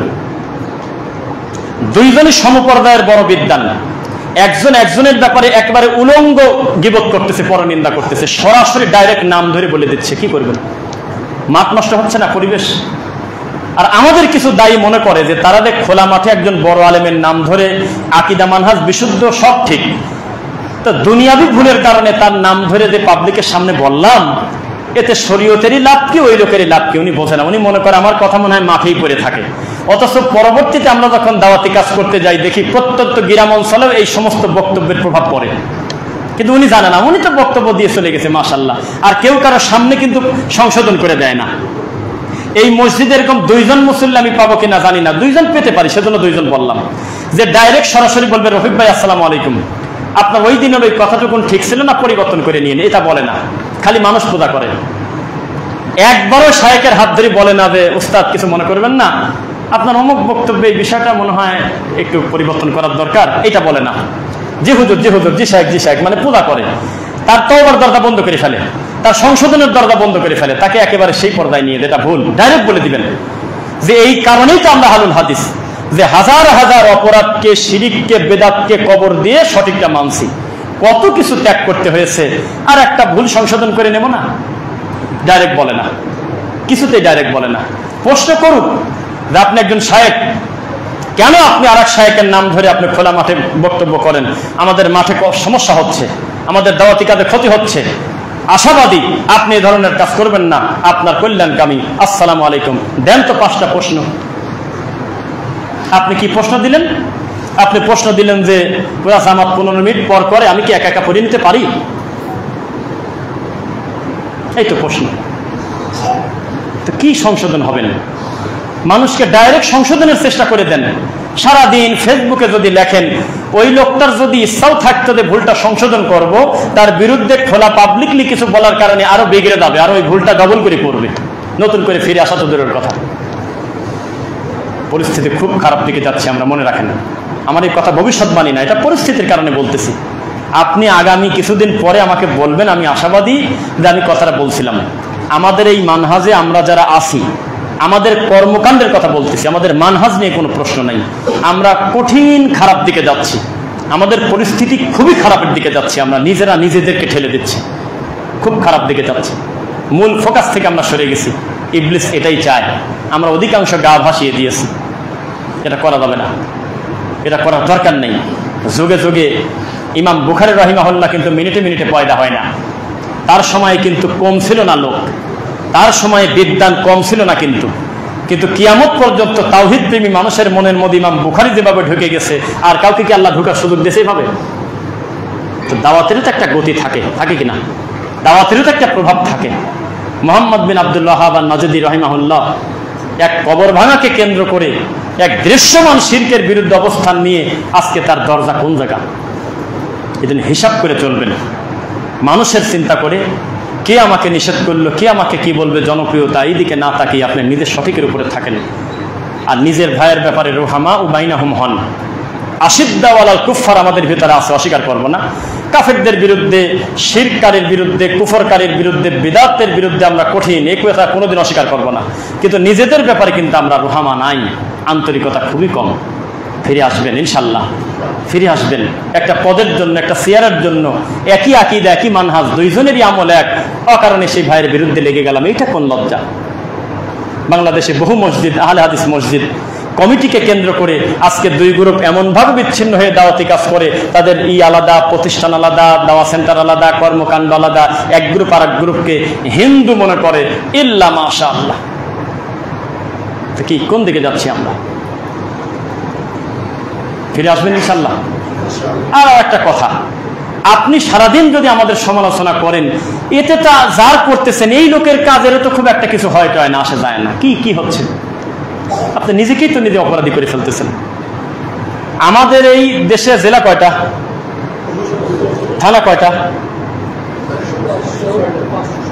516, 500 প্লাস, 70 না, প্রায় 600। আচ্ছা বলেন তো দেখি, এই দেশে ডক্টর আসাদুল্লাহ গালিব যদি 569 হয়, এতজন হয়, তবু একজন কম হলো না প্রতি উপজেলায়? 569 জন যদি থাকতো তবু একজন কম হতো না প্রতি উপজেলায়? ডক্টর আবু বকর মোহাম্মদ জাকারিয়া যদি এই দেশে যদি 500 জন আল্লাহ দিতেন, তবুও দাওয়াতি কাজে প্রতি উপজেলায় যদি ভাগ করে দিতাম, আরো 70 জন কম হতো না? যেদিক দিয়ে খুঁজতে দেন কম ছাড়া বেশি পাবেন না। এখন আপনি যদি ইউনিয়নের পর্বে আসেন, পরিস্থিতি আরো কঠিন। এমন কোন ইউনিয়ন নাই যেখানে 10টা দিন বোঝা আমাদের তাওহীদ প্রেমী 10 জন লোক নাই, এমন কোন ইউনিয়ন নাই। গ্রামও আছে। আর 10 জন ছেলের দিন বুঝলে তারা চায় একটা করে মাহফিল দেই।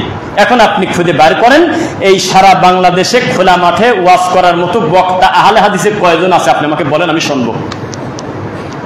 বলেন, আমি শুনি। আমাদেরকে যদি একবারে ঘরে বন্দি করে দেন যে কোনো ওয়াজ নসিহত 6 মাসে কোনো কথা বলা যাবে না, চুপ থাকেন, এরপরেও ওই জালসার টাইমগুলো আমাদের বুক হয়েই যায়, আমাদের মতো অজানা লোকেরও। কেন? কারণ আমরা বুঝি তুলনামূলক নাই লোক।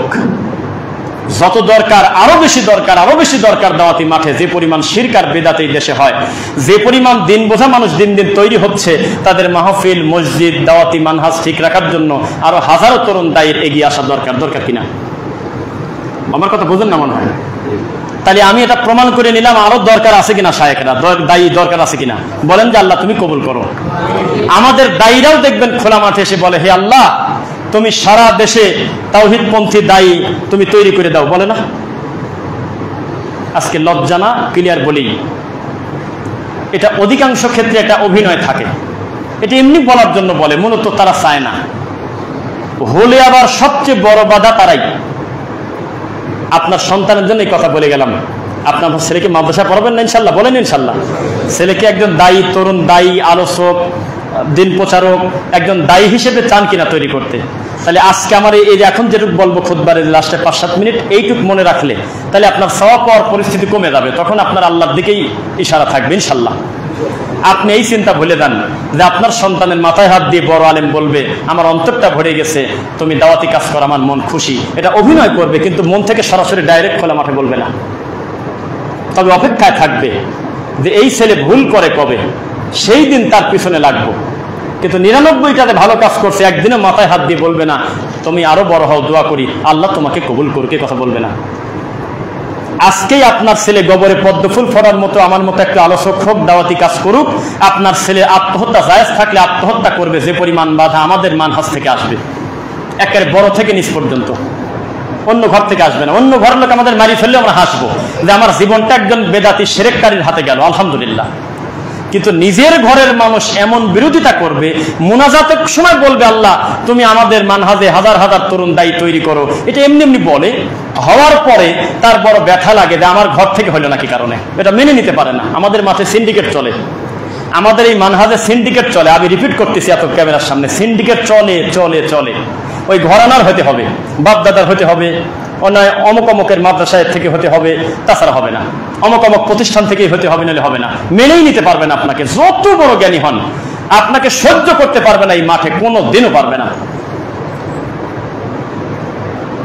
বিবাড়িয়ার একটা মাহফিলে পোস্টার আছে, বিবাড়িয়ার একটা মাহফিলে আমার কাছে পোস্টার পাঠাইছে, নিজের ব্যক্তিগত কথার মতো লাগতেছে, তবে আপনার আমার খুব বেশি আপন এই দুঃখটা বলে দিচ্ছি, যাতে আপনি আপনার সন্তানের ব্যাপারে আপনি বেশি আশা করে তাদেরকে বিপদে ঠেলে না দেন।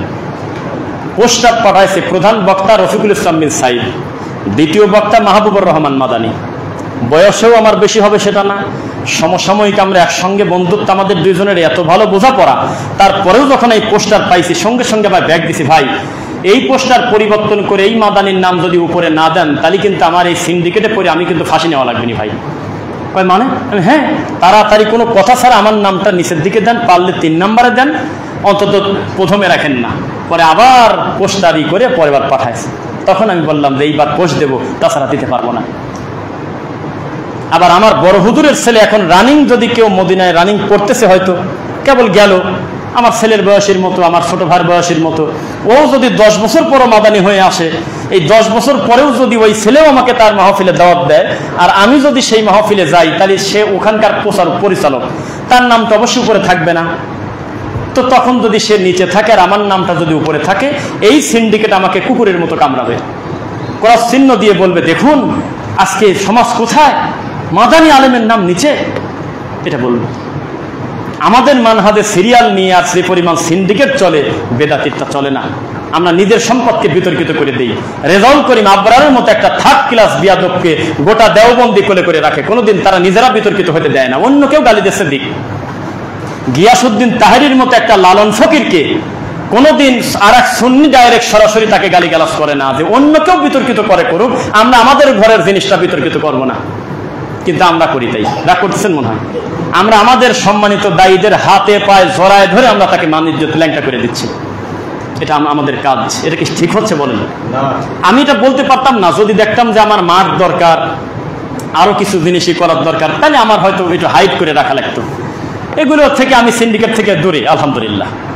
এখন এই বিষয়ে আর ওই চিন্তাও করি না, নিজেকেও একটু ব্যবসায় মনোনিবেশ করাচ্ছি। নিজেকে যদি আমি আড়াল করেও নেই, তবুও আমার মনে হয় না যে যারা আমাদের বিরোধিতা রাত দিন করে তাদের কোনো কল্যাণ আছে। কি কল্যাণ আছে? ব্রাদার রাহুল ভাই ইন্ডিয়া থেকে বাংলাদেশে আসবে, তা আপনার ভালো না লাগলে তো কিছু করার নাই, একটা দায়ী আল্লাহ তাকে দিয়ে কাজ নিচ্ছে, নিক।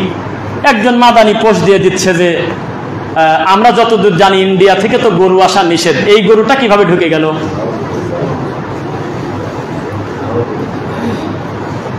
জবাব আছে? কোন সিন্ডিকেটে চলি বোঝেন? এই সিন্ডিকেটে কোনো সমাধান নাই। কেউ কোনো ভুল করলে তার মরা পর্যন্ত তাকে এই মানহাজের লোকের কাছে শাস্তি পেতে হবে। খুব কঠিন অবস্থায় আমরা আছি।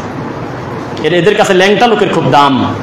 যে চট করে কাপড় খুলে ফেললে হাসে, তার কাছে তার খুব আদর করে, ভালোবাসে।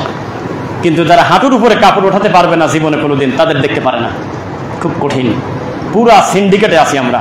দোয়া করেন আল্লাহ যেন এই সিন্ডিকেট মুক্ত, আল্লাহ আমাদেরকে স্বাধীনভাবে যেন দাওয়াতি কাজ করার তৌফিক দেয়, বলেন আমিন। আমরা বলি আপনার কাছে যখন বলবে ফোন করে যে অমুক শায়েখের নামটা কাটো, নইলে আমি যাব না, তখন ওই ল্যাংটা হুজুরের, সে যে যত বড় যাই হোক না কেন, তার খোলাসা করে জাতির সামনে ল্যাংটা করে দিবেন, যেটা অসভ্য। এটা এর জন্য বাকি লোকের মাঠ ক্ষতি হচ্ছে, এটা বলে দিবেন খোলা মাঠে।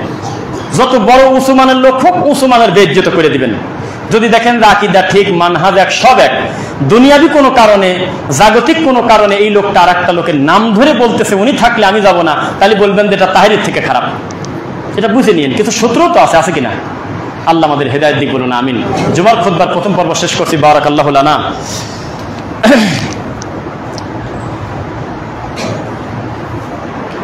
আলহামদুলিল্লাহ। রব্বানা ইগফির লানা ওয়া লিইখওয়ানিনা আল্লাযীনা সাবাকুনা বিল ঈমান ওয়া লা তাজআল ফী কুলুবিনা গিল্লাল লিল্লাযীনা আমানু রব্বানা ইন্নাকা রাউফুর রহিম। রব্বিরহামহুমা কামা রাব্বায়ানি সগীরা রব্বিরহামহুমা কামা রাব্বায়ানি সগীরা রব্বানা মা খালাকতা হাযা বাতিলান সুবহানাকা ফাকিনা আযাবান নার রব্বানা ইন্নাকা মান তুদখিলিন নার ফাকাদ আখযাইতা ওয়া মা লিয-যালিমিনা মিন আনসার রব্বানা ইন্নানা সামি'না মুনাদিয়ান ইউনাদি লিল ঈমান আন আমিনু বিরাব্বিকুম ফাআমান্না রব্বানা ফাগফির লানা যুনুবানা ওয়া কাফির আন্না সাইয়্যাতিনা ওয়া তাওয়াফফানা মা'আল আবরার রব্বানা ওয়া আতিনা মা ওয়া'আদতানা আলা রুসুলিকা ওয়া লা তুখজিনা ইয়াওমাল কিয়ামা ইন্নাকা লা তুখলিফুল মিআদ। আলহামদুলিল্লাহ রব্বুল আলামিন, যে কথাগুলো বললাম, এই যত ভালো কথা বলেছি আগে আমাকে এবং যারা সুন্দর তাদের সকলকে তুমি আমল করার তৌফিক দাও। আল্লাহ আমাদের সন্তানদের জন্য আমরা দোয়া করি, রব্বি হাবলি মিনাস সালিহিন। আল্লাহ আমাদের তুমি নেক সন্তান দান করো। আল্লাহ আল্লাহ এই কুষ্টিয়ার জমিনকে তুমি শিরিক মুক্ত করে দাও। আল্লাহ এই কুষ্টিয়ার জমিনে যাতে শিরিক মুক্ত তাওহীদের প্রচার বেশি হয়, তুমি সেই সুযোগ করে দাও। আল্লাহ আল্লাহ সারা পৃথিবীতে তোমার তাওহীদের বিজয় হোক, এটাই আমরা অন্তর থেকে চাই। আল্লাহ আল্লাহ আমরা যত ভাই এক জায়গায় আজকে সলাতে এসেছি, আমরা প্রত্যেকেই একে অন্যকে আল্লাহর জন্য ভালোবাসি ইনশাআল্লাহ। এইবার তুমি আমাদের উপরে তুমি আল্লাহ সন্তুষ্ট হয়ে দাও, আল্লাহুম্মা আমিন। এই বাইতুস সালাম জামে মসজিদ, যেটা আমরা পরিকল্পনা করতেই মানুষের 2 বছর চলে যায়, অথচ আলহামদুলিল্লাহ আল্লাহ সুবহানাহু ওয়া তাআলা এত অল্প সময়ের ভিতরে আমাদের শত শত দিনী ভাই একসঙ্গে আল্লাহকে সেজদা দিচ্ছে, এই পরিবেশ আল্লাহ আমাদেরকে করে দিয়েছেন আলহামদুলিল্লাহ। নিজ দায়িত্বে কি দরকার না, কি প্রয়োজন, কি কেমন আছে, একটু খোঁজ খবর রাখবেন। নিজেকে যদি আপনি দূরে সরায় নেন, নিজেকে যদি আপনি দূরে দিয়ে দেন, আমি মনে করবো আপনি আপনাকেই সরাই নিলেন, কারোর কোনো ক্ষতি হয় না। একটা ভালো কাজ হচ্ছে, আপনি সহযোগিতাও করলেন না, চলে গেলেন। একটা সময় এমনভাবে মনটা হলো আজকে আমি সহযোগিতা করব, কিন্তু তখন আর জায়গায় খুঁজে পেলেন না, তখন যে দিবেন সে খাতি নাই। এই জন্য সময় থাকতে আল্লাহর ঘরের সঙ্গে যুক্ত থাকেন ইনশাল্লাহ। আমি কোনো কালেকশন বা কিছুই বলবো না, শুধু আপনাকে মনে করাই দিচ্ছি যে তাআওয়ানু আলাল বিররি ওয়াত তাকওয়া ওয়ালা তাআওয়ানু আলাল ইসমি ওয়াল উদওয়ান। আমরা প্রতিযোগিতা করে নেক কাজ করব, বলেন আমিন। প্রতিযোগিতা করব। আল্লাযীনা ইউনফিকুনা ফিস সাররাই ওয়াদ দাররাই ওয়াল কাযিমিনাল গায়যা ওয়াল আফিনা আনিন নাস। সামর্থ্য থাকলেও দেব, না থাকলেও দেব। না থাকলে মানে 1 টাকা দেব, না থাকলে মানে দোয়া দেব, আর সামর্থ্য থাকলে কোটি টাকা দেব। দিয়ে আল্লাহর ঘরের গিলাস, আল্লাহর ঘরের দরজা, আল্লাহর ঘরের টাইস, আল্লাহর ঘরের মেম্বার, আল্লাহর ঘরের জায়নামাজ, আল্লাহর ঘরের কার্পেট, আল্লাহর ঘরের অজুখানা, আল্লাহর ঘরের সৌন্দর্য বর্ধিত করার জন্য যা কিছু করার দরকার ইনশাল্লাহ আমরা নিজের ঘরের থেকে বেশি গুরুত্ব দেব ইনশাল্লাহ। সেই সাথে আপনারা দোয়া করবেন আল্লাহ সুবহানাহু ওয়া তাআলা আমাদের সন্তানদের যেন নেককার সন্তান হিসাবে কবুল করেন। 3 ধরনের মানুষকে দিয়ে জাহান্নাম উদ্বোধন বা সূচনা করা হবে। এই 3 শ্রেণীর কেউ কি বলতে পারবেন? কারা কারা একটু চট করে বলে ফেলেন। দানশীল, আলেম, শহীদ, দানশীল। তাহলে আজকে থেকে নিয়তটা পরিবর্তন করেন যে মাঠে ওয়াজ করতে হবে আপনার ছেলেকে দিয়ে। অনেক লোক আপনার ছেলেকে ভালো বলবে, যেটা বক্তব্যে বলছে এগুলির দরকার নেই। আপনি খালি বলেন যে আল্লাহ আমার সন্তানকে একজন মুখলেস দায়ী হিসেবে কবুল করেন। কিসের দায়ী? মুখলেস দায়ী। এটাকে সে রুজির খাত মনে করবে না। আমরা একটা সময় অনেক ভুল ভ্রান্তি ছিল, আমরা বেরিয়ে আসছি। টাকা দেবে পকেট, ইনশাল্লাহ এই নিয়ত আছে। এটা গুনে যাতে দেখতে না হয়, পিছনে যাতে তাকাতে না হয় যে কি দিলেও আর কি পাইলাম, ইনশাল্লাহ এই শর্ত দিয়ে এইভাবেই আমরা মানহাজে প্রচার করব দাওয়াতি কাজ। তবে নিজেকে একটু সীমাবদ্ধের ভিতরে নিয়ে আসবো, এত বেশি ইজি করে আর এই সারা দেশে দৌড়াদৌড়ি করে আর সিন্ডিকেটের কবলে পড়তে চাই না। আমরা মনে করবো যেখানে গেলে আমাদের দ্বারা হয়তো আল্লাহ কিছু কাজ নেবে, কিছু দিনের খেদমত হবে, সেখানে আমরা একটু দাওয়াতি কাজ করার চেষ্টা করব। আল্লাহ তুমি তৌফিক দাও, আল্লাহুম্মা আমিন। বিশ্বাস করেন, ঘরের ভিতরে বসে আপনি ডিসিশন নিতে পারবেন না। মানুষগুলোর যে কত বিপদ, যেখানে রফিক বিন সাইদকে দরকার ওখানে আপনি আরেকজনকে দিয়ে পারবেন অবশ্যই, কিন্তু কতটুকু হবে তা জানি না। যেখানে ডক্টর মানজুলাহি স্যারকে দেওয়ার দরকার ওই বড় জায়গায়, একাডেমিক জায়গায়, ওই বড় শিক্ষা প্রতিষ্ঠানে, সেখানে আমার মতো লোককে দিয়ে কাজ হবে না। আল্লাহ এইভাবেই বাগানটা সাজিয়েছেন। যেখানে যেমন দরকার, আমার দাদাকে তার ভাষায় বোঝাতে গেলে আমাদের একজন বড় আলেম যদি বোঝাতে যায় তার ভাষাই বুঝতে পারবে না, তার শব্দই নিতে পারবে না। এমন এমন গ্রাম আছে সেখানে গিয়ে যদি আপনি বলেন যে তাওহীদুল উলুহিয়া, তাওহীদুর রুবুবিয়্যা, তাওহীদুল আসমা ও সিফাত, তাহলে উঠে যায় সারি সিগারেট খাবি, বিড়ি খাবি। কই যে উনি যা কি কয়, কি যে বলে আমি তো বুঝি টুজি না। ওখানে গিয়ে তার একেবারে খাস বাংলায় তাকে বোঝাতে হবে আমিও তোমাদের মতোই ছিলাম, আমিও জীবনভর বেদাত করছি, শিরক করছি, ভাই আমি ফিরে আসছি এই কারণে। ওর নিজের ভাষায় কথা বলতে হবে। এরকম দায়িত্ব তৈরিও হচ্ছে না। আল্লাহ না চাইলে আপনি জোর করে করতে পারবেন? যদি আল্লাহ ভিন্ন জায়গা থেকে কবুল করে, ডক্টর জাকির নায়েকের মতো, ব্রাদার রাহুল ভাইয়ের মতো, যাদের ব্যাকগ্রাউন্ডে বংশগতভাবে জীবনে কোনোদিন কোনো দায়ী, কোনো বিদ্যান আল্লাহ পাঠান নাই, আল্লাহ হঠাৎ করে সারা পৃথিবীকে একটা টাক লাগিয়ে দিয়েছে, এই দেখো রাতারাতি রেডি করে ফেলছে ডক্টর জাকির নায়েক। তো এইরকম যখন আল্লাহ কাউকে না কাউকে দিয়ে ছোট পরিসরে হলেও দাওয়াতি কাজ নিতে যায়, অন্য কেউ মেনে নিলেও আমাদের ঘরের মানুষগুলো আমাদের প্রচন্ড বিরোধিতা করে সিন্ডিকেট পাকিয়ে তার মান সম্মান নিয়ে খেলে। আল্লাহ সুবহানাহু ওয়া তাআলার কাছে দোয়া করি, কোরআন মাজিদের সর্বশেষ সূরার সর্বশেষ আয়াত, মিনাল জিন্নাতি ওয়ান নাস। এতদিন বলতেন আল্লাহ তুমি আমাকে ইবলিস থেকে বা জিন থেকে আমাকে বাঁচাও, আজকে থেকে প্রতিদিন অন্তত 10 বার বলবেন আল্লাহ মানুষের অকল্যাণ থেকে আমাকে বাঁচাও, বলবেন ইনশাআল্লাহ। ওয়াল্লাহু ইয়াসিমুকা মিনান নাস। যখন বলা হলো যে হে নবী আপনি আমি যা দিছি সেইটা প্রচার করেন, শুধু কোরআন আর হাদিস প্রচার করে দেন, অন্য কিছু করবেন না। তবে এই প্রচার করতে গিয়ে আপনাকে জেন ডিস্টার্ব করবে না, ইবলিস খুব একটা আগাতে পারবে না। ওয়াল্লাহু ইয়াসিমুকা মিনান নাস। সবচেয়ে বেশি ডিস্টার্ব করবে মানুষ, শয়তান, এখান থেকে আমি আপনাকে বাঁচা দেব না। তার মানে এটাই লাস্টে কিন্তু বুঝে গেলেন, দাওয়াতে কাজ করতে গেলে সবচেয়ে বেশি বাধা আসবে আপনার ডিপার্টমেন্ট থেকে। আপনি যত বেশি ভালো সেলাইয়ের কাজ মানুষকে দিবেন, তত পাশের টেইলার্স আপনাকে দেখতে পারবে না, স্বাভাবিক কথা। যত বেশি 1 নম্বর ওষুধ বিক্রি করবেন, পাশের ফার্মেসি আপনাকে দেখতে পারবে না, খুবই স্বাভাবিক কথা। তো ঠিক তেমনি আপনার দ্বারা যত বেশি আল্লাহ দাওয়াতি কাজ নেবে, তত আপনার ঘর থেকে আপনার প্রতি নির্যাতন বেশি আসবে। তখন আপনি বলবেন আল্লাহ আপনার নবীকে আপনি বলেছিলেন হেফাজত করবেন, আমাকে আপনি হেফাজত করেন। আল্লাহ মানুষ এবং জিনের অকল্যাণ থেকে আমাদেরকে আপনি বাঁচান। প্রত্যেকটা পরিবারে আল্লাহ জিনের প্রভাব থেকে আপনি আমাকে বাঁচান। আল্লাহ সুবহানাহু ওয়া তাআলা আমাদের সকলকে দিনের জন্য কবুল করুন। সর্বশেষ আপনাকে বলি, সবাই স্বাস্থ্য সচেতন হন। শুধু দিনের ব্যাপারে সচেতন হলে হবে না, দিনের ব্যাপারে সচেতন হয়েছেন আর ভুঁড়িটা রয়েছে হলে সামনে 2 হাত, ওজন হলে 190 কেজি, তখন রাত্রিবেলা তাহাজ্জুদ পড়ে কিনা, মন মতো 2 রাকাত নামাজি পড়ে কে, ডায়াবেটিস ঠেকাবো, হাই প্রেশার ঠেকাবো, নাকি আমি হাড়ে রিং পরাবো, কোন জ্বালা? দিনের ব্যাপারে যেমন সচেতন হয়েছেন, শিরক বেদাত কিছুতেই করেন না, দুনিয়ার ব্যাপারে এবং স্বাস্থ্য সচেতন হন। এটা আমি বলতে পারতাম না, যখন আমি 99 কেজি ছিলাম তখন আমার বলা সাজে না, এটা আমার হয় না।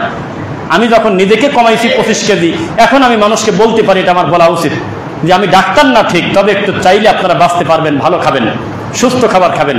দামি খাবার বলি নাই, বলছি ভালো খাবার খাবেন। যেই খাবারটা খেলে আপনার উপকার হবে, আপনার ক্ষতি কম হবে, এগুলো খাবেন। যতদূর সম্ভব চেষ্টা করবেন বেঁচে চলার, ইনশাআল্লাহ। মনটা ফ্রেশ থাকুক, সুস্থ থাকুক, হাঁটা চলা দৌড়াদৌড়ি করা যাতে আপনার জন্য সহজ হয়। আল্লাহ আপনার ইবাদতকে সহজ করে দিন, আল্লাহুম্মা আমিন। যেটা নবীর উপরে অতিরিক্ত ছিল, এই তাহাজ্জুদ মাসে একদিন পড়ার মতো সুযোগ হয় না। পেট ভরে রাত 11টার সময় খায় আমরা ঘুমাবো, আমরা উঠবো হলো 5টা 6টা, সর্বোচ্চ ফজরের সালাতে হয়তো উঠলাম, আগে ওঠার কোনো প্ল্যানই তো নাই। এই জন্য আপনার নিজেকে একটু সচেতন করে ফেলেন। মানুষের দ্বারা সম্ভব, মানুষ পারবে এরকম, আল্লাহ করবেন ইনশাআল্লাহ। আল্লাহ সুবহানাহু ওয়া তাআলা আমাদের তুমি আতিনা ফিদ দুনিয়া হাসানা ওয়া ফিল আখিরাতি হাসানা ওয়া কিনা আযাবান নার। সুবহানাকা আল্লাহুম্মা বিহামদিক আশহাদু আল্লা ইলাহা ইল্লা আনতা আস্তাগফিরুকা ওয়া আতুবু ইলাইক।